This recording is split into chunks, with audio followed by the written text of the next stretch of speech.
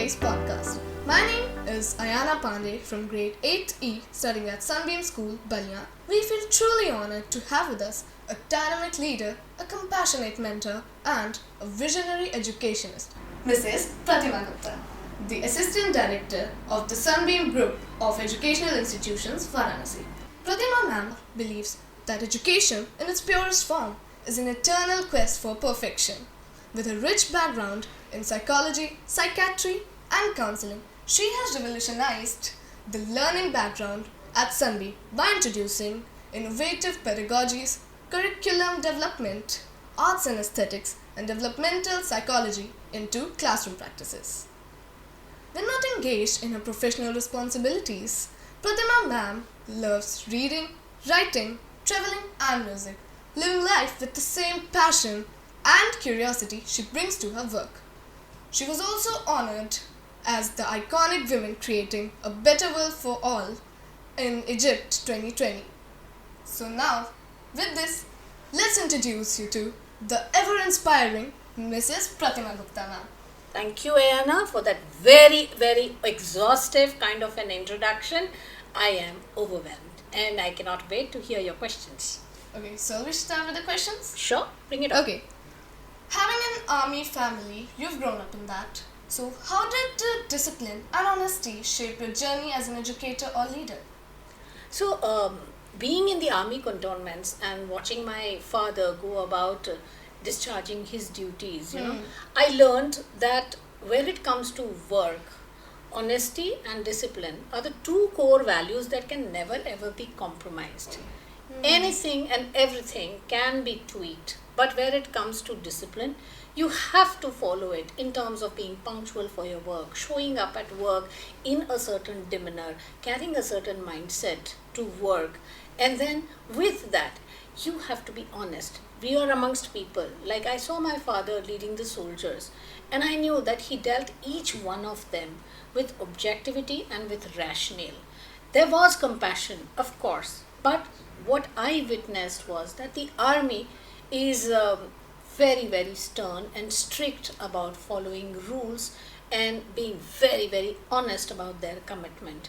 So I have grown up with these values as a very intrinsic part of my day-to-day life. And I believe in a very organic fashion, it seeped into my own professional life as well. I didn't have to make an effort because very honestly, I didn't know any other way to be. Oh, well, that was the bestest answer you could give to this question.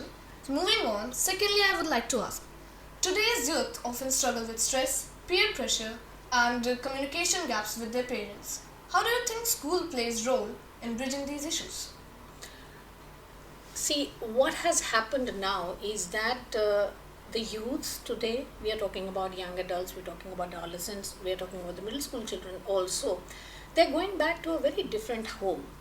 Earlier times, even when my generation was growing up or before that, they always had a primary support system inside the house, If your parents were not there, for example, if your father was out working, you always had a mother, a grandmother. In case of joint families, there were other support systems in the house. Now, very often, children are going back and opening the doors of locked houses, heating up their dinner in the microwaves. Both the parents are out working, sitting down in front of the television, responsibly eating their food themselves, and then sitting down and doing their homework. So there is absentia parenting also. And absentia doesn't mean just physically being away. Absentia also means greater work hours for both the spouses if they are working. Absentia means that the child does not have access to parental time throughout, unquestioned. So I feel we have to create little islands of communication. It's not as if the father is going to give up his job and stay at home. The mother is going to give up her job and stay at home and give all quality time to the child. It's not going to happen like that. So we have to, as a parent unit, as students, as children, create this kind of quality time. Schools step in as the primary caregivers now. So look at something like a day boarding, look at something like the residential school system. Schools also have elongated hours where they have a parallel curriculum in which the child learns to share. They are very often single child, there are children coming from blended families, there are children coming from dysfunctional families. So what do they get at school? They get the love, compassion, the understanding and empathy which otherwise their own primary support system at the home would have given, isn't it? So teachers become mentors, teachers become friends, teacher becomes guide, and their friends become the siblings that are not there. The friends become the cousins that are not there, isn't it? So it's a beautiful nurturing environment wherein the school is stepping in as an adjunct to the family. And that is how communication is building up. Oh, I really appreciate your answer. It meant a lot to us. So moving on to the third question. You were honored internationally as the iconic Women Creating a Better World for All award. So how did that recognition influence your vision further? Well, it was not the award, Ayana, as much as the synergy in the group that was present whilst the award was happening. We were a group of 700 working women from diverse nationalities in Egypt. This was the Women's Economic Forum, and we were about 750 plus women there, and there were women from all walks of life and all domains of professional excellence. We had educators, we had doctors, we had scientists, we had soldiers, women who were serving in the defense services, we had aestheticians, we had chefs, you name it, 750 women of all color, shapes, sizes, across diverse geographies, sitting there and talking about one cause, and that is how women power is to nurture, is about nurturing a better world. So the award, well, you like being appreciated, and an accolade is an accolade, period.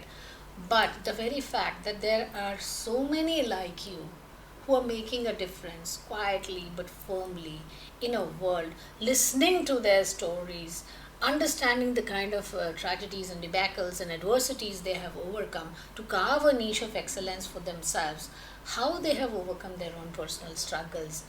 That is the motivation that I took away from that forum.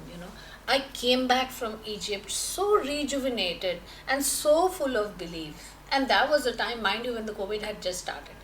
Everyone back home was worried about my health.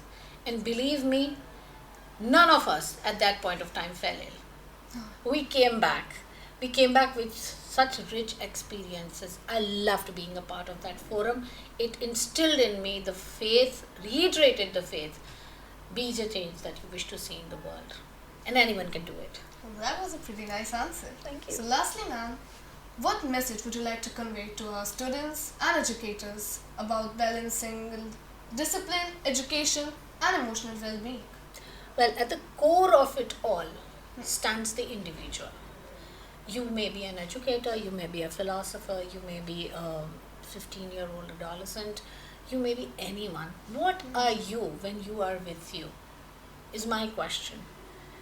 And if you can look into the mirror and answer that honestly and be comfortable with what you see in the mirror, the comfort that you have with the essence of you, with you as the real self and not the pretense, not the person who wants the hashtags and who wants the likes, not the person who puts 20 filters in a DP and then looks something else but believes in something else, not the person who gives a thumbs up to every Go Green initiative and yet doesn't have a single plant in the house balcony. So my only message / appeal to everyone out there of all age and individualities is authenticity. Can we be authentic? Can we be honest? Believe me, the whole balance of the world and the cosmos will come together if only you are authentic. Understand yourself, remain true to yourself, do not get swayed away by trends, by currents, by fads. Instead, live by your core values. And your core values could be different from what the world thinks. Don't let that make you insecure. Listen to your own mind and heart. Believe in what you do. Do not pretend to be something that you are not. And I'm sure your work, your personal life, and your spiritual life, everything will dovetail into one and make you a very rooted and a grounded and a real self. That's what I want. Thank you so much, ma'am, for sharing your invaluable insights with us today. Your journey is truly inspiring, Will. And I promise to you that all the students, teachers, parents alike will take away great lessons from the word of yours.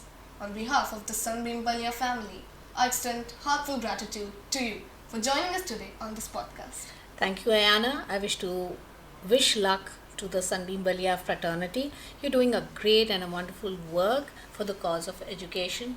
More power to our tribe. Stay with the light. This is all for today.